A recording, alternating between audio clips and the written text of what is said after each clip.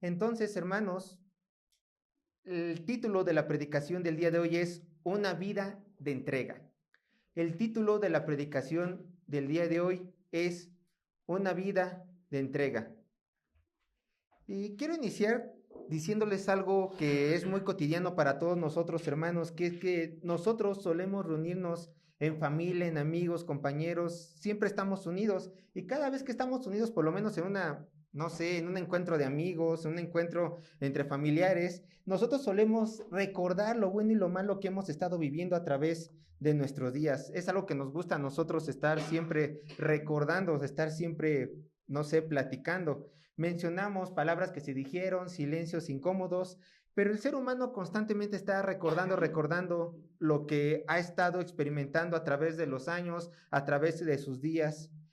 Y hoy, hermanos, por lo menos aquí en Occidente, nosotros lo que hacemos cada año es recordar una vez al año en Semana Santa la muerte y la resurrección de nuestro Señor Jesucristo. Recuerden, esto se le llama Semana Santa. Y aunque es una tradición netamente católica, porque a fin de cuentas el catolicismo fue el que lo inventó y lo instituyó aquí en México, yo creo que le podemos nosotros sacar provecho. ¿Por qué? Porque por lo menos una vez al año, si es que quitamos el 24, por lo menos una vez al año, la gente se puede preguntar de una manera más natural, ¿quién es ese Jesús que se está crucificando? ¿Quién es ese Jesús que está ahí representando mi iglesia local, mi iglesia católica local, ¿no? De mi comunidad. Entonces, no es responsabilidad de la Iglesia Católica contestar esa pregunta, es nuestra responsabilidad contestar esa pregunta a quien se las haga. ¿Por qué no de la Iglesia Católica? Porque ellos desconocen a Jesús de la Biblia. Ellos no saben quién es este Jesús, pero tú y yo sí sabemos quién es este Jesús. Entonces, en la Semana Santa encontramos la oportunidad perfecta para levantarnos y contestar esta pregunta muy importante que es, ¿este Jesús que tú ves representado en la cruz es aquel que dio la vida por la humanidad? Y si tú te arrepientes, puedes venir a Él. Eso es lo que nosotros tenemos que hacer con la gente de allá afuera, pero personalmente, ¿qué es lo que nosotros tenemos que hacer hoy en día? Yo sé que esto lo tenemos que hacer diario, pero principalmente en Semana Santa los grandes teólogos dicen que es un buen momento de reflexión. ¿Para qué? Para que nosotros voltemos a ver una vez más, como a diario, pero de una manera un poco más profunda, la cruz de Cristo y decir, ¿cuánto hiciste por mí? ¿Cuánto hiciste por mí, Señor? Por eso, el día de hoy, recordaremos la entrega de Cristo en su vida, en su muerte y en su resurrección. Salud. Y esto de vida, muerte y resurrección de Cristo no es otra cosa más que el Evangelio de Cristo. Sergio, eso ya me lo sé de memoria, pues déjame decirte que es la A y la Z del Evangelio. Nunca podemos hablar de más del Evangelio de Cristo, porque esto es la vida cristiana, es el Señor que murió por nosotros, y gracias a este sacrificio es por lo cual nosotros estamos aquí. Ahora, ustedes están esperando el bosquejo, pero el día de hoy, como es una predicación temática, no les voy a dar un bosquejo, simplemente les voy a decir que se preparen, porque va a haber esgrima bíblico. Muchos versículos van a ver, porque no nos vamos a basar solamente en un versículo. Va a ser un tema y a raíz del tema lo vamos a ir desarrollando y vamos a estar dando versículo tras versículo, versículo tras versículo. Entonces, hermanos, yo quiero iniciar con el inicio. ¿Dónde empieza todo? Bueno, pues en Génesis. ¿Cómo era Génesis? Dios terminó de hacer toda la creación. Dios terminó de hacer los planetas, terminó de hacer los animales, terminó de hacer al ser humano. ¿Y qué fue lo que dijo el Señor cuando terminó de hacer todo? De acuerdo con Génesis 1:31, ¿qué dijo el Señor? Todo era exacto, todo era bueno. Las estrellas iluminaban como tenían que iluminar, los planetas estaban donde tenían que estar, los animales se comportaban como tenían que comportarse, el ser humano exaltaba al Señor como tenía que ser exaltado. O sea, Adán y Eva, no es que había otros humanos, sino que los únicos, Adán y Eva, exaltaban a su creador como tenía que ser exaltado, con labios puros, con manos limpias, con una adoración perfecta, porque así lo había hecho el Señor. Pero estas mismas escrituras que mencionan que todo era bueno en gran manera, cuando el Señor terminó de hacer la creación, estas mismas escrituras también mencionan que cuando todo estaba hecho conforme a la voluntad del Señor, en la voluntad perfecta de nuestro Creador, entra la serpiente al Edén. Dios permite que la serpiente entrara en el Edén corrompe a Adán y a Eva, los hace pecar, entonces esta perfección se vuelve corrupción. Y ahora los corazones del hombre, lejos de encontrar su deleite en Cristo, en Dios, ¿en dónde encontraban su deleite y su satisfacción? Génesis 6:5. Y aquí empezamos la carrera. Génesis 6:5. Donde el hombre comenzó a encontrar su satisfacción y su deleite una vez caído, una vez entrado el pecado en sus corazones. Génesis capítulo 6, verso 5. Dice la palabra de Dios: y vio Jehová que la maldad de los hombres era, ¿qué? Mucha en la tierra, escucha, y que todo designio de los pensamientos del corazón de ellos era continuo solamente el mal. Allí encontraba el deleite el hombre. Desde que nuestros representantes Adán y Eva cayeron, nosotros nacemos con el pecado original y no pasó mucho tiempo para que el hombre olvidara a su creador y comenzara a deleitarse ¿en qué? En el pecado que la serpiente había puesto en la mesa al hombre. Nuestro corazón ya no buscaba a Dios. El corazón de nuestros antepasados antes del diluvio tampoco buscaban a Dios. Buscaban hacer ¿qué? Continuamente solamente el mal. Ahora, ¿cuáles son estos pecados que abomina el Señor? ¿Cuáles son estos pecados a los cuales la humanidad cayó? Vayan conmigo a 1 Corintios 6, verso 9 y 10. 1 Corintios 6, verso 9 y 10.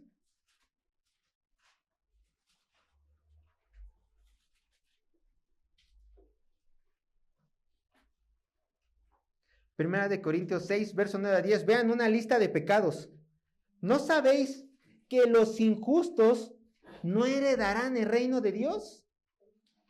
No erréis, ni los fornicarios, ni los idólatras, ni los adúlteros, ni los afeminados, ni los que echan con varones, ni los ladrones, ni los avaros, ni los borrachos, ni los maldicientes, ni los estafadores heredarán el reino de Dios. Otra lista, Tito 3:3. Tito capítulo 3, verso 3. Una lista más, Tito capítulo 3, verso 3. Recuerden, estamos viendo los pecados en los cuales la humanidad caída se deleita.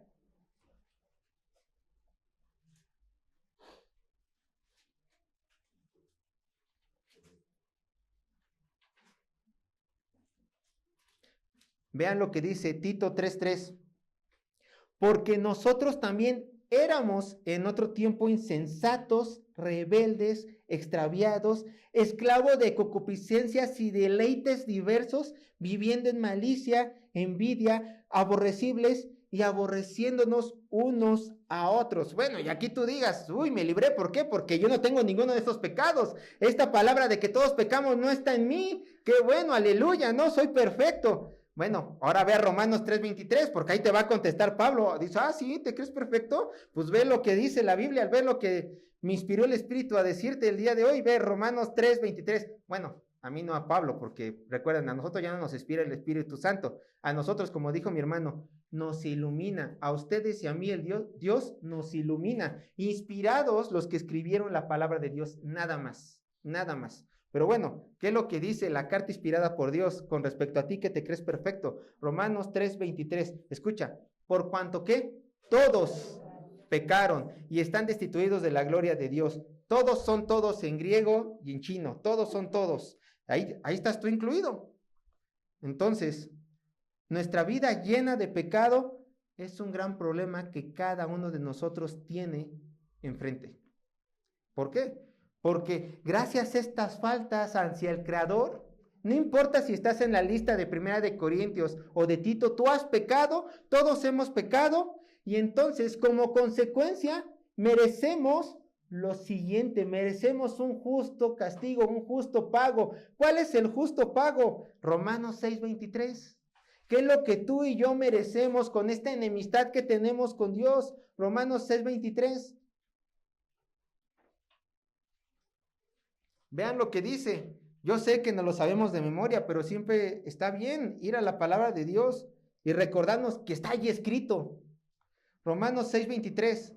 Escucha. Este es el castigo que tú y yo merecemos por ser pecadores. Porque la paga del pecado es ¿qué? Muerte. Ahí está. La paga del pecado es muerte. Tú y yo merecemos la muerte, la ira perfecta de Dios. Entonces, si merecemos la muerte, ¿cuál es la muerte realmente?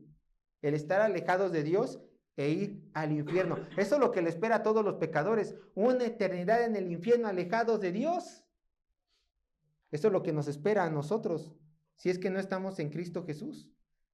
Un destino eterno, alejado de Dios, lleno de nuestros deleites y pecados, sí, pero sin nada de misericordia, pagando por toda una eternidad lo mal que hemos actuado en esta tierra. La rebelión en contra de Dios. Por supuesto que ese es un destino terrible, ¿no? ¿Quién quiere estar en el infierno? ¿Cómo podremos salir de allí? Vean lo que dice Efesios 2, 4 y 5. Efesios capítulo 2, verso 4 y 5. Ten en mente, esto es lo que mereces. Esto es lo que yo merezco por ser pecador. Pero ve lo que dice Efesios capítulo 2, verso 4 y 5. Dice lo siguiente. Y esta primera frase es la que nos tiene que dar consuelo. Pero Dios. ¿Se acuerdan lo que pregunté? ¿Cómo podemos nosotros no ir al infierno? Bueno, tú no puedes, dice la Escritura, pero Dios, o sea, Dios en persona tuvo que intervenir. ¿Qué más sigue? Efesios capítulo 2, verso 4 y 5. Pero Dios, que es rico en misericordia, por su gran amor con que nos amó, aun estando nosotros muertos en pecados, nos dio ¿qué? Vida juntamente con Cristo. Y después dice, por gracia sois salvos. Así es, hermanos. Dios tuvo que intervenir personalmente para salvarnos a nosotros que somos pecadores. Imagínense esto. Yo sé que les estoy pidiendo mucho, pues yo tampoco puedo hacerlo, pero imagínense esto. Imagínense una conversación de la Trinidad en la eternidad pasada. Una vez el Padre, el Hijo y el Espíritu Santo se reunieron y dijeron, estos van a ser nuestros planes a futuro. La humanidad va a caer porque va a estar parte de nuestros planes. Entonces, ¿qué va a pasar? Necesitamos salvar a la humanidad. Hermanos, vamos a detener tantito aquí. Pero bueno, estamos con que nos vamos a imaginar este concilio en el cual la Trinidad estaba. La Trinidad en sus planes, salud, vio que la humanidad iba a caer. Entonces aquí nosotros tenemos que se levanta la segunda persona de la Trinidad, que es el Hijo, y Él decide venir a la tierra a hacer lo necesario para que el hombre se arrepienta, regrese a buen camino y que regrese su corazón a Dios. Y el Padre dice, así será, hijo mío. Y por eso encontramos el siguiente versículo, Juan capítulo 3, verso 16. ¿Qué dice Juan 3, 16? Juan capítulo 3, verso 16. Una vez más, sé que se lo saben de memoria, así que lo voy a leer ya. Juan 3:16 dice, porque de tal manera amó Dios al mundo que ha dado a su Hijo unigénito para que todo aquel que en él cree no se pierda, mas tenga vida, ¿qué? Eterna.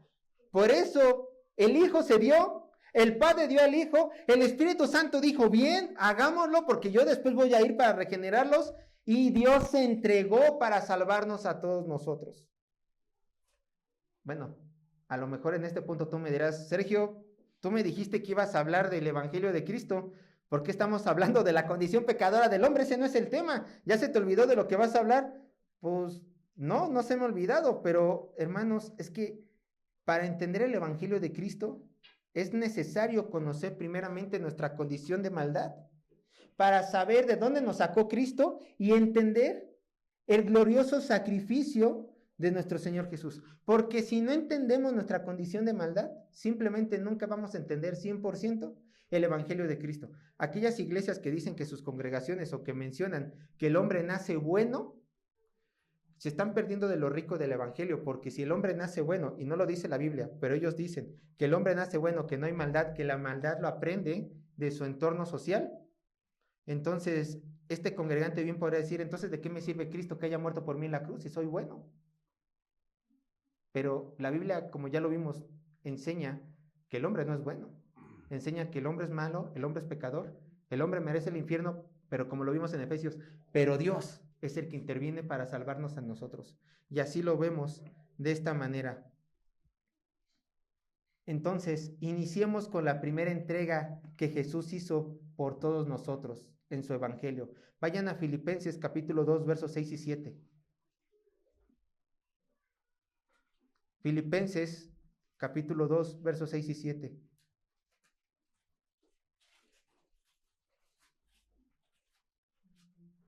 Vean lo que dice Filipenses capítulo 2, versos 6 y 7. Dice así la palabra de Dios. Y aquí encontraremos lo que Cristo hizo por nosotros. En primer lugar, dice, el cual, o sea, refiriéndose de Cristo, siendo en forma de Dios, no estimó al ser igual a Dios como cosa que aferrarse, sino que se despojó a sí mismo, tomando forma de siervo, hecho semejante a los hombres. El texto claramente dice que Jesús, siendo la segunda persona de la Trinidad, o sea, Dios mismo, se despojó.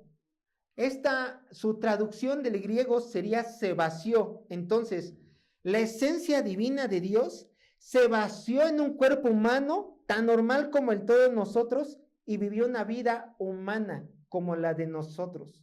Pero nacería la pregunta, ¿por qué el Señor del universo se hizo hombre? ¿Por qué tuvo que hacer así para venir a salvar a la humanidad?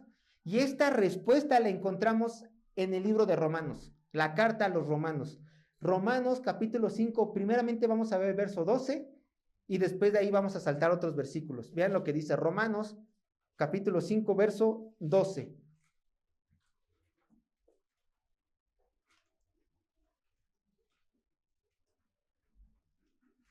Vean lo que dice Romanos 5, 12. Escuchen. Por tanto, Romanos 5, 12. Por tanto, como el pecado entró en el mundo por un hombre, o sea, Adán, y por el pecado la muerte, así la muerte pasó a todos los hombres por cuanto todos ¿qué? Pecaron. El pecado original. Nacemos con el pecado original y así vivimos. ¿Por qué? Porque entró por un hombre. Ahora, el pecado entró por un hombre. Vayan a Romanos 5:15 y después nos vamos a saltar a Romanos 5:17. Romanos capítulo 5, verso 15. Vean lo que dice. Escuchen. Pero el don, o sea, el regalo, no fue como la transgresión. Porque si por la transgresión de aquel, o sea, Adán, uno murieron los muchos, abundaron mucho más para los muchos la gracia y el don de Dios por la gracia de un hombre. ¿Quién? Jesucristo. Verso 17. Pues si por la transgresión de uno solo reinó la muerte, muchos más reinarán en vida por uno solo Jesucristo, los que reciben la abundancia de la gracia y el don de la justicia. Noten cómo Romanos dice que por un hombre entró el pecado, entonces por un hombre tenía que venir ¿qué? La salvación y la redención por un hombre. Pues cuando un hombre pecó, entonces un hombre tenía que venir a salvar a la humanidad. Pero entonces, ¿un simple hombre puede salvar a la humanidad? ¿Un simple hombre puede salvar al mundo? ¿Qué es lo que dice el Salmo 3:8? En una parte de Salmo 3:8, si quieren no lo busquen, vean lo que dice, la salvación es de ¿quién? De Jehová. Entonces, hermanos, perdónenme, pero un simple hombre no puede dar salvación porque la salvación es de Jehová. Yahvé, dice el texto original. Yahweh, el Dios del pacto. Entonces, este hombre que tenía que venir en representación de toda la humanidad, también como lo fue Adán, el Adán perfecto, dicen algunos autores, tenía que ser 100% Dios, pero para dar salvación también tenía que ser ¿qué? 100% hombre. ¿Dónde vemos esto? ¿Dónde vemos que este hombre tenía que ser hombre y Dios con ambas naturalezas? Isaías 9:6. Isaías 9:6.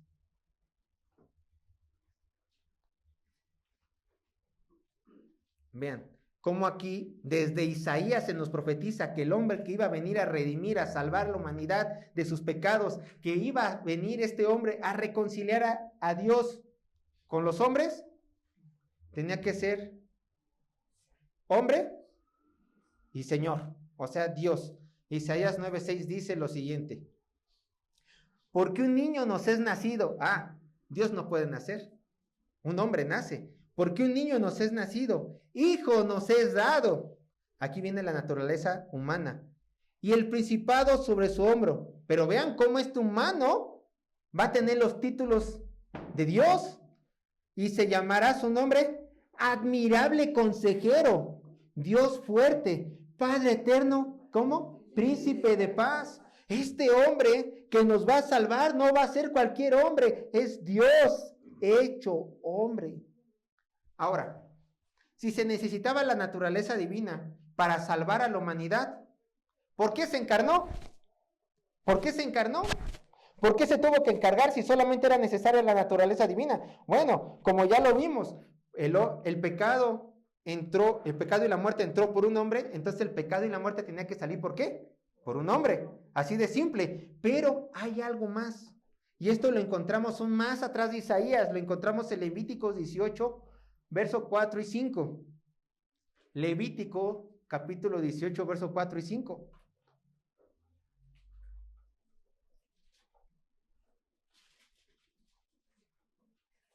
Levítico, verso 18, Levítico, capítulo 18, verso 4 y 5.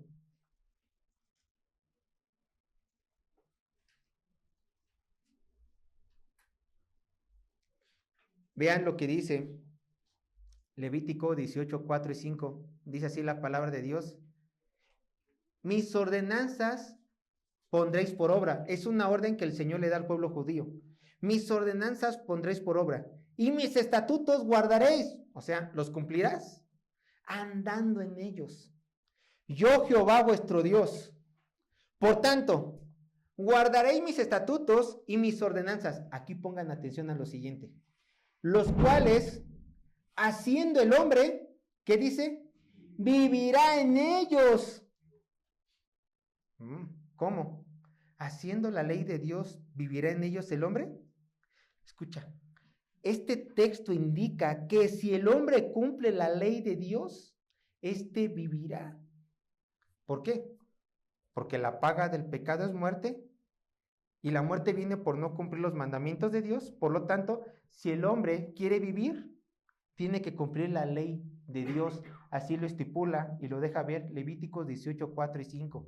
Y alguno de ustedes podrá decir: pastor, yo ya he leído la Biblia. ¿Acaso está diciendo que la salvación es por obras? ¿Qué crees? Escúchame con mucha atención. Este texto dice exactamente que tú puedes alcanzar la salvación por medio de las obras. Tú puedes alcanzar la salvación por medio de las obras. Ahora, hay una realidad. Aquí está la oferta de Dios. Aquí dice: ¿quieres ser salvo? Cumple con mi ley. Hazla, obedécela, vívela, cúmplela perfectamente. Pero, ¿cuál es la otra realidad? Y aquí es donde tenemos que traer a la memoria que somos pecadores. Escucha, ningún hombre o mujer puede cumplir perfectamente la ley de Dios. Nadie puede cumplirla. Nadie puede hacer válida esta oportunidad. Nadie, ni tú, ni yo, ni nadie. Todos somos pecadores y vivimos constantemente en contra de los mandatos de Dios que nos ordena cumplir. De hecho, por esta misma razón, Pablo escribe en su carta a los Gálatas que nadie puede ser salvo por la ley, porque Pablo, siendo un estudioso de la ley, ¿qué es lo que dice? Judíos o cristianos, gálatas, que quieren judaizar, hay judíos judaizantes, cristianos judaizantes que le están diciendo que por la ley pueden ser salvos. ¿Qué crees? Existe la posibilidad, pero no pueden acceder a ella porque ustedes no pueden cumplirla como yo, diría Pablo.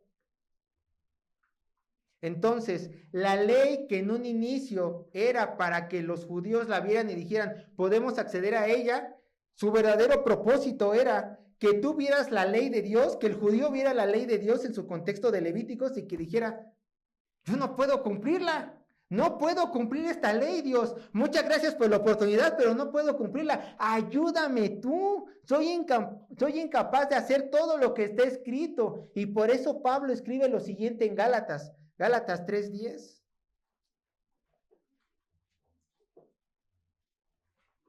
Vean lo que dice Gálatas 3:10, capítulo 3, versículo 10.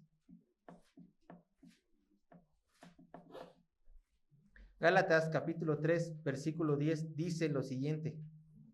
Dice, porque todos los que dependen de las obras de la ley, ¿qué? Están bajo maldición. Pues escrito está, maldito todo aquel que no permanece en todas las cosas escritas en el libro de la ley. ¿Para qué? Para hacerlas. Entonces, de facto, toda la humanidad está, ¿qué? Maldita, no solamente maldita por su pecado original, sino maldita porque la humanidad entera quiere hacer obras buenas para alcanzar el reino de Dios que ellos se imaginan que existe, pero Dios al ver su trabajo, al ver su esfuerzo, los maldice porque dice, tú no puedes. Y por lo tanto estás maldito ante mis ojos por tu incapacidad pecadora y creer que te puedes salvar por ti mismo. Bueno, una vez más, Sergio, solamente me traes malas noticias. No, ya vienen las buenas, tranquilos. Aquí es donde entra Cristo. Cristo entra en la escena y vive la vida perfecta que nosotros jamás vamos a poder vivir y cumple perfectamente la ley de Dios como Él quiere que sea cumplida. Recordemos lo que mencionamos. El pecado entró por un hombre, Adán. El pecado tenía que salir. El pecado tenía que salir por un hombre y la redención tenía que venir por un hombre, Jesucristo hombre. Entonces, era necesario que Dios, la segunda persona de la Trinidad, se encarnara para que Él pudiera vivir como hombre, pero al mismo tiempo como Dios, la vida perfecta que tú como ser humano jamás ibas a poder vivir. Y Él cumpliendo con los estándares perfectos de Dios. Ningún ser humano, por muy bueno que sea, puede cumplir con los estándares de Dios. Solamente Dios mismo, Jesucristo, hecho hombre. Vean lo que dice Gálatas 2:16.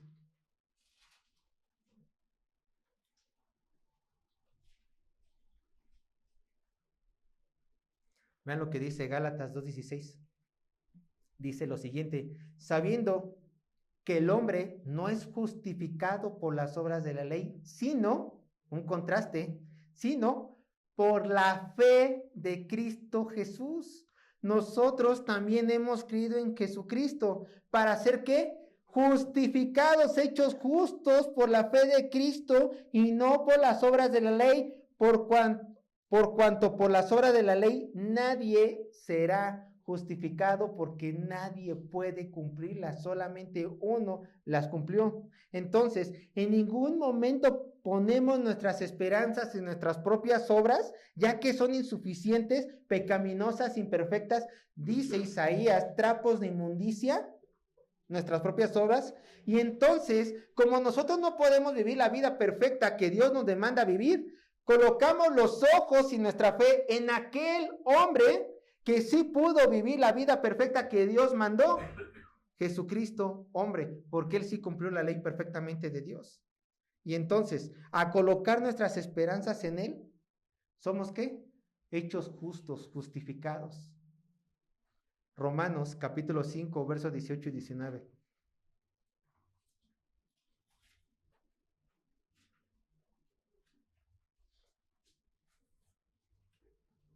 Romanos capítulo 5, versos 18 y 19.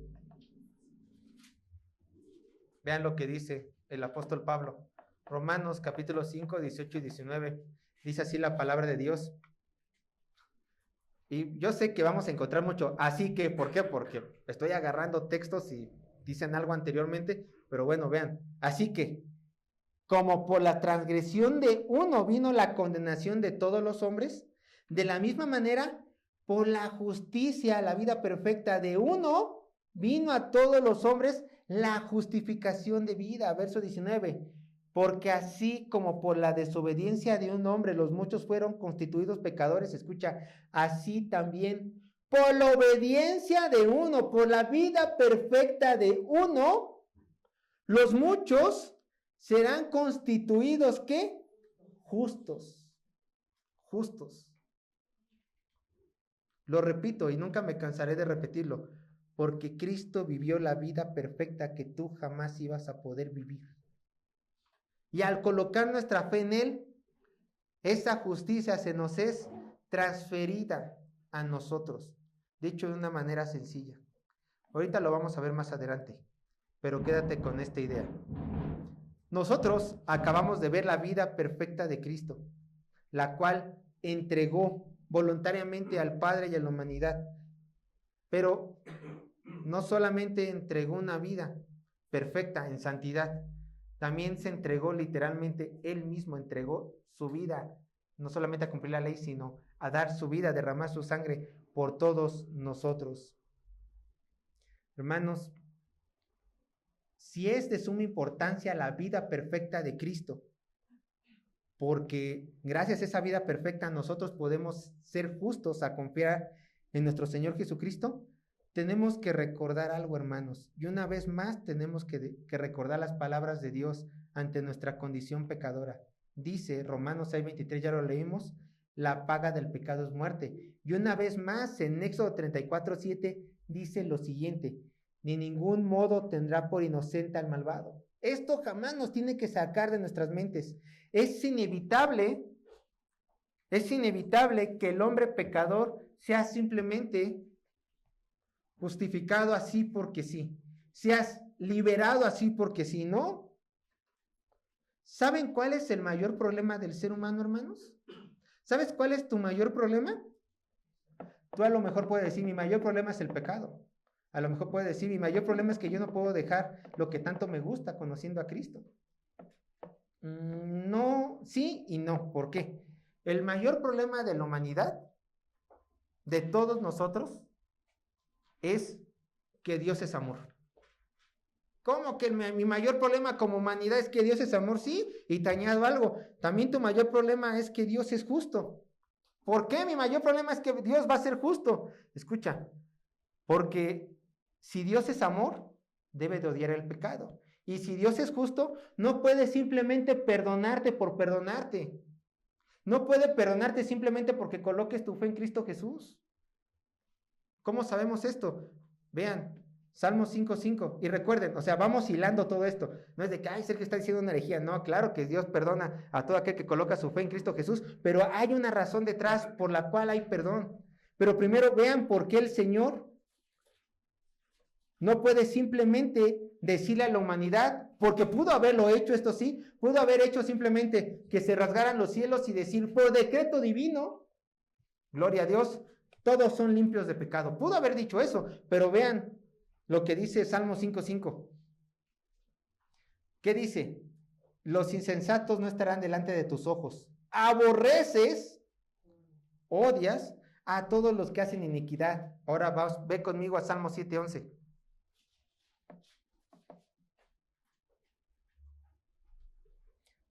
Salmo 7:11.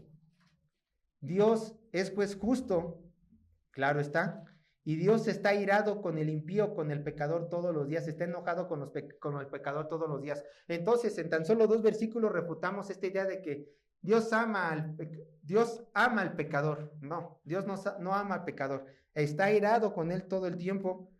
Y dice que aborrece a todos los que hacen iniquidad. Dios no ama al pecador por amarlo. Dios ama al pecador arrepentido de su Hijo Jesús, no simplemente al pecador. Esta es una mala enseñanza que tenemos arrastrado. Ahora, Sergio, ¿por qué me leíste esto? Sergio, ¿por qué me estás explicando esto? Porque como lo vimos en el Salmo 7:11, Dios es un Dios justo. No puede simplemente decir, te hago justo porque sí. ¿Cuál es la paga del pecado? Muerte. Lo vimos en Éxodo. Dios no puede tomar al malvado por inocente. Entonces, si tú merecías morir, ¿qué crees? Alguien tuvo que morir en tu lugar. Dios no simplemente pudo haber pasado por alto este castigo que nos correspondía a cada uno de nosotros. Por eso vino a Jesús también a encarnarse como humano. El humano, el hombre, no solamente no puede acceder a la vida eterna porque no puede cumplir tu ley, Padre. El hombre simplemente no puede ser justificado porque sí, porque él merece morir. Legalmente el hombre merece morir. Entonces, ¿qué es lo que dijo Jesús en la eternidad pasada? Yo moriré en su lugar para que la deuda quede totalmente pagada. vida por vida, sangre por sangre. ¿Se acuerdan la ley de Talión? Ojo por ojo, diente por diente. O sea, Dios es justo. Entonces, como un simple hombre no puede pagar por los pecados de todos los escogidos, Dios hecho hombre se entregó en la cruz para que todos aquellos que colocáramos nuestros ojos en él fuéramos salvos. Unos dirán, podría ser injusto que Dios haya mandado a su hijo a morir por pecadores. Pero no fue injusto. ¿Por qué? Porque no solamente Jehová, Dios el Padre, le dijo a Jesucristo, ve y muere por ellos. ¿Cómo es posible que un justo muera por un injusto? ¿Qué fue lo que hizo Jesucristo? El único Hijo de Dios se entregó voluntariamente a sí mismo para morir por amor a todos nosotros en la cruz y pagar el precio que nos correspondía pagar a todos. Vayan conmigo a 1 Timoteo capítulo 2, versos 5 y 6. 1 Timoteo capítulo 2, versos 5 al 6.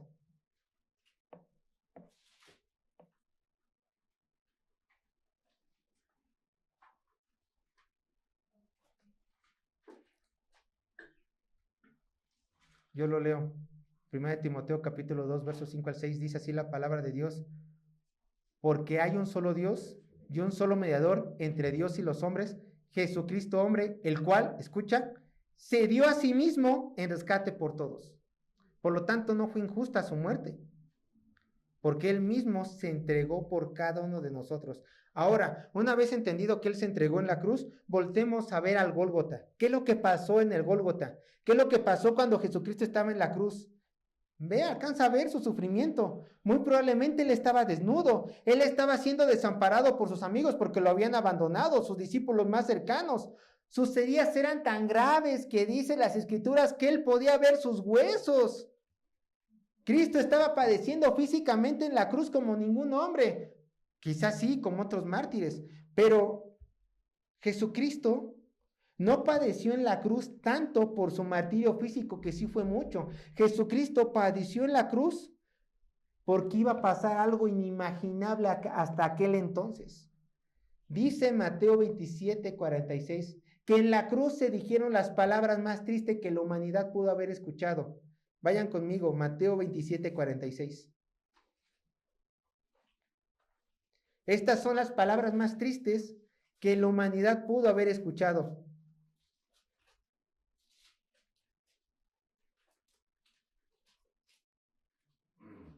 Mateo 27, 46. Vean lo que dice. También yo sé que se la saben de memoria. Dice, Dios mío, ¿por qué me has desamparado?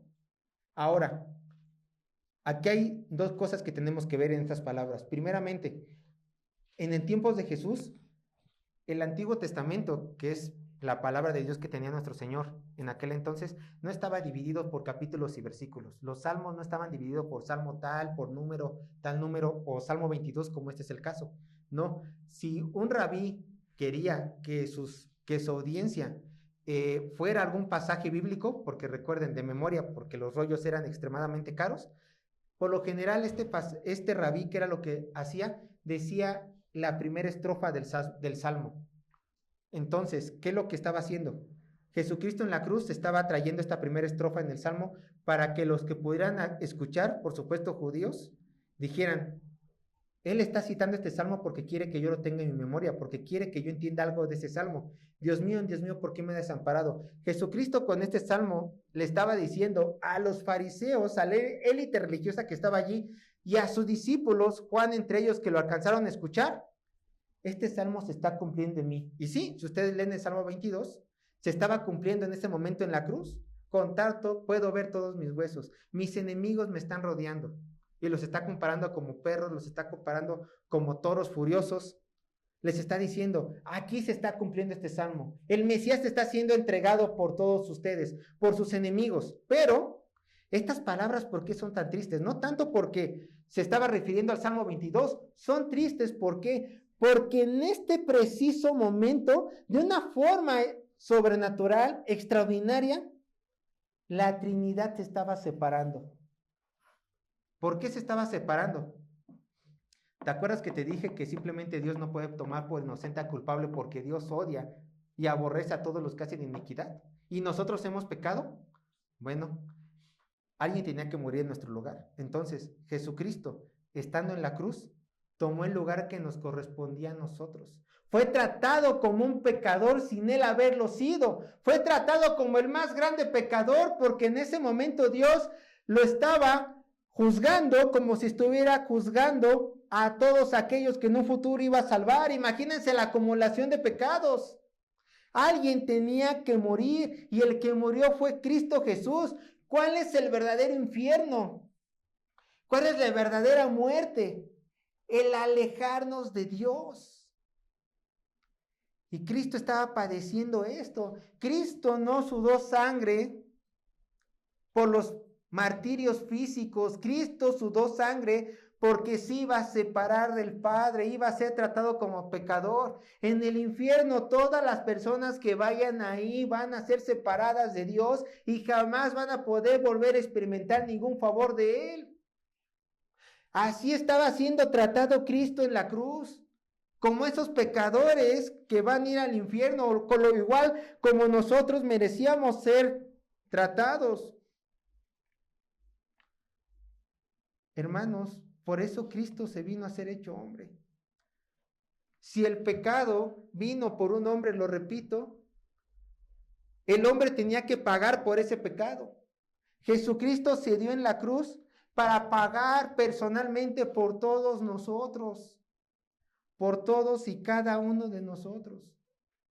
Y aquí ocurre algo muy maravilloso. Aquí en la cruz ocurrió lo que teológicamente se le llama como la doble imputación. Te explico rápidamente. Jesucristo vivió la vida perfecta que tú jamás ibas a poder vivir. Aquí lo tenemos a Él, perfecto, limpio, santo, puro. Aquí estás tú, imperfecto, lleno de maldad, corrompido, odiando a Dios. Entonces, se te hace esta oferta. Por eso somos embajadores nosotros. Dios nos hizo esta oferta a cada uno de nosotros. Me voy a poner a mí de ejemplo. Tengo enfrente a Cristo. Sergio, yo estoy dispuesto a perdonarte tus pecados. Pero si tú te arrepientes de ellos, y si tú te arrepientes de ellos, yo te daré mi vida perfecta que tú jamás vas a poder vivir. Y tú me darás la vida imperfecta que yo jamás viví. ¿Aceptas? Aquí hay de dos cuando evangelizamos. ¿No aceptar? No, Jesús. ¿Quién sabe quién eres? No te reconozco. Quiero mi vida. Amo mis deleites, amo mi pecado. Es más, ¿quién eres tú? Me rebelo contra ti. Y muero. Pero está la otra persona. La otra persona que cuando ve la oferta dice, sí, Cristo, me arrepiento de mis pecados. Tomo yo tu vida perfecta que jamás voy a poder vivir. Y tú toma mi vida imperfecta que tú jamás viviste. Y Cristo le dice, bien, cree en mí y al día de tu muerte serás salvo. Viene el día de la muerte para los dos Sergios. El primer Sergio que no creyó en él se va a presentar ante el trono de Dios. Dios le va a decir, ¿creíste en mi Hijo amado? ¿Qué le va a decir el primer Sergio que rechazó la bondad de Cristo? No vamos a poder mentir. Dios le va a decir a este primer Sergio, pues tu destino va a ser el infierno, no te conozco, hacedor de maldad, vete por una eternidad. ¿Qué va a pasar con el Sergio que sí aceptó? Se va a acercar al trono de Dios. Dios le va a decir, ¿creíste en mi Hijo? ¿Mereces ir al cielo? Y este Sergio va a contestar, no merezco ir al cielo, pero voy a ir al cielo. ¿Por qué? Porque tu Hijo amado me dio la vida que yo jamás voy a poder vivir. Y en eso se levantará Cristo y va a decir, sí, Padre, yo ya morí en la cruz por Él. La paga yo ya la pagué. Lo que le correspondía a Él en la cruz, en la muerte, yo ya lo viví. Yo ya me separé de ti en un momento, como Él tenía que haber sido separado de ti por toda la eternidad. Señor, que mi vida perfecta sea válida en su vida. Y entonces el Padre va a decir, es verdad, Yo en ti, Sergio, que creíste en mi Hijo Jesucristo, veo la sangre de mi Hijo, veo el sacrificio de mi Hijo, veo las obras de mi Hijo, y tus obras malvadas ya las pagó mi Hijo en la cruz. Ven a sentarte a mi mesa y ven a formar parte de esta familia celestial. Esa es la doble imputación. Lo que tú no viviste, tú vas a ser tratado como si hubieras vivido la vida perfecta que jamás viviste, y Cristo en la cruz fue tratado con la vida perfecta que Él jamás vivió. Esa es la doble imputación. Y entonces tenemos los siguientes. Así como Jesucristo dijo en la cruz las palabras más horrendas que pudo haber escuchado la humanidad, que es: Dios mío, ¿por qué me has desamparado? Porque se tenía que separar de Dios. Al mismo tiempo, en la cruz, Jesucristo dijo las palabras que nos pueden dar calma eterna a todos nosotros que hemos depositado nuestra fe en el Dios hombre, en aquel que se entregó en la cruz por amor a nosotros. Juan 19:29. Evangelio de Juan, capítulo 19, verso 29.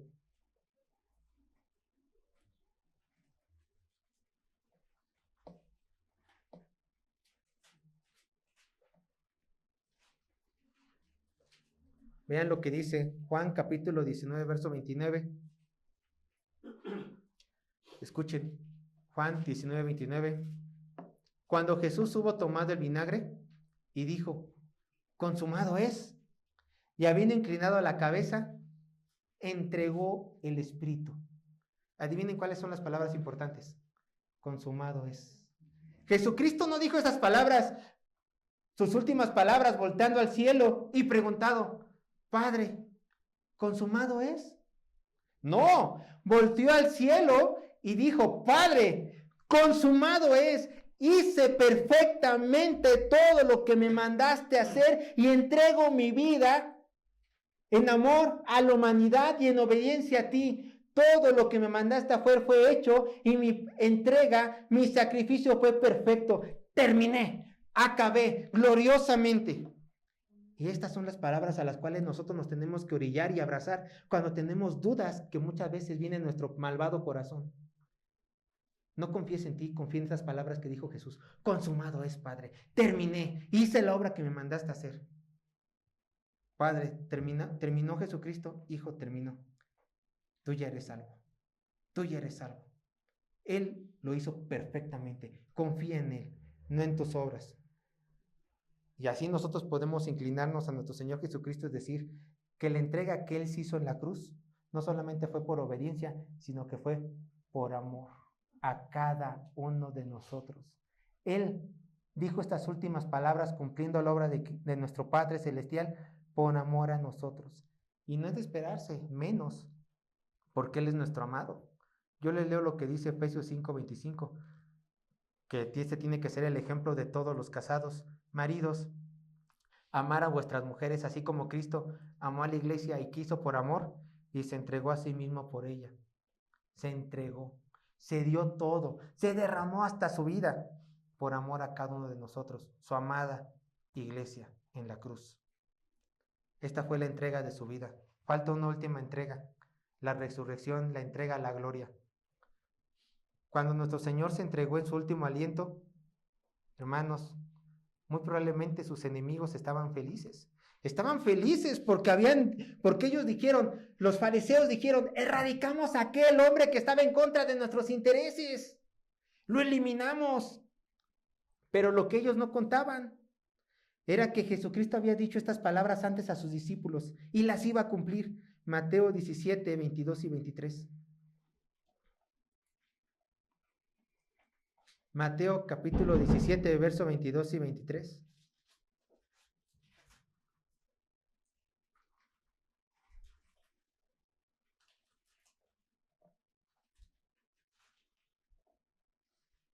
Jesucristo dijo las siguientes palabras.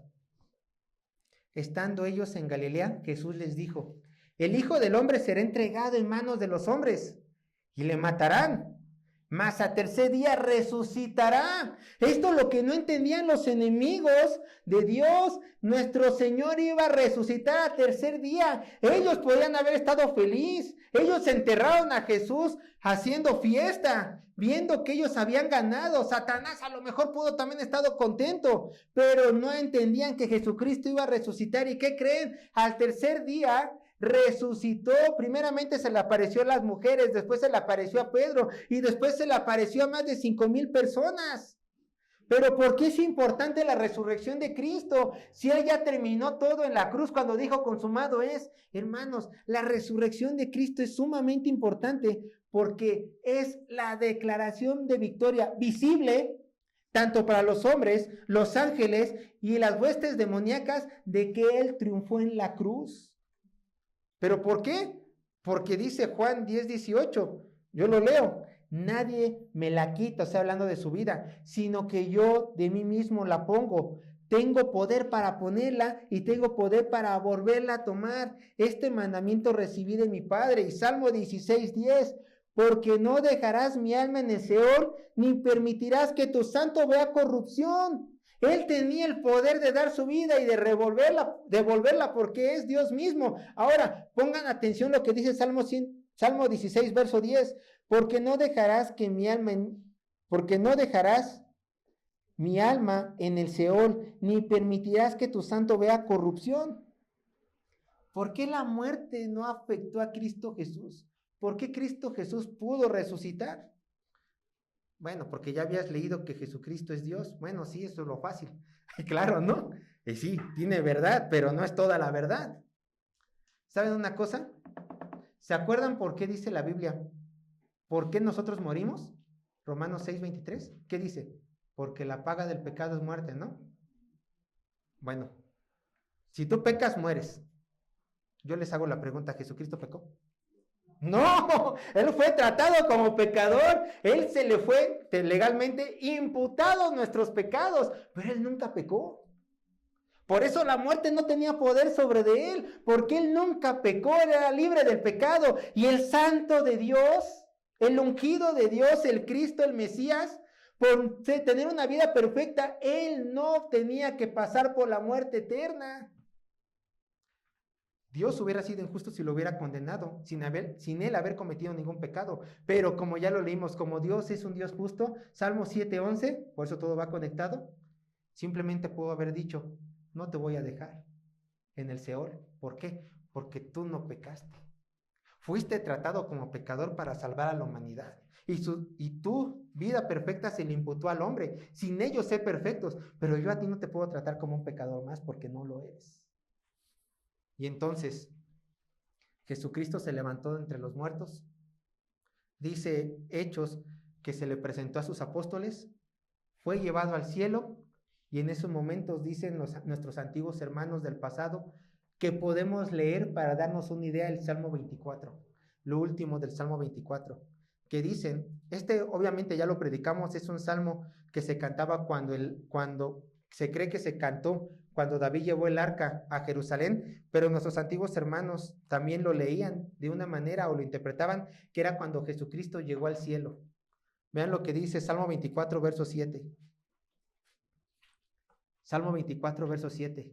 Imagínate esta escena. Se despide Cristo de sus apóstoles, va al cielo, y una vez entrando en las puertas del reino de los cielos, una vez entrando en las puertas del trono de la gracia, del trono del Padre, suena lo siguiente. Jesucristo dice, alzad puertas vuestras cabezas, y alzad vosotras puertas eternas, y entrará el Rey de Gloria. Y los ángeles, los querubines, los 4 seres salen y preguntan, ¿quién es este Rey de Gloria?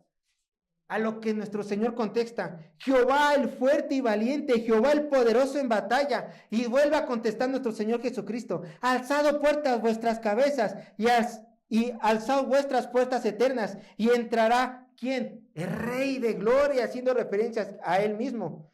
¿Quién es este Rey de Gloria? Preguntan desde adentro. El Señor Yahvé, yo soy de los ejércitos, el Rey de Gloria. Abran las puertas, se abren las puertas, entra el Padre, y el Padre le dice, te escuché diciendo consumado es, siéntate a mi diestra, al lugar que siempre has pertenecido y que nunca se te fue quitado. Y aquí nosotros podemos aplaudir y decir, gloria a Dios, nuestro Señor ha resucitado. Pero ¿saben algo? Estando a la diestra de Dios, imagínense diciendo a Cristo esto, Padre, yo estoy contigo, pero recuerda que yo prometí que los que creen en mí también resucitarán. Deja las puertas abiertas para que ellos entren. Y el Padre, las puertas van a estar abiertas para todo aquel que cree en ti, mi hijo. Toda aquella persona que coloque tu fe en ti, toda aquella persona a la cual tú salvaste, va a entrar, se va a presentar a mí y va a venir con nosotros eternamente, por siempre. Esta es nuestra recompensa, hermanos, por vivir en Cristo Jesús, por depositar nuestra fe en Cristo Jesús. Primera de Corintios 15, 20 al 22.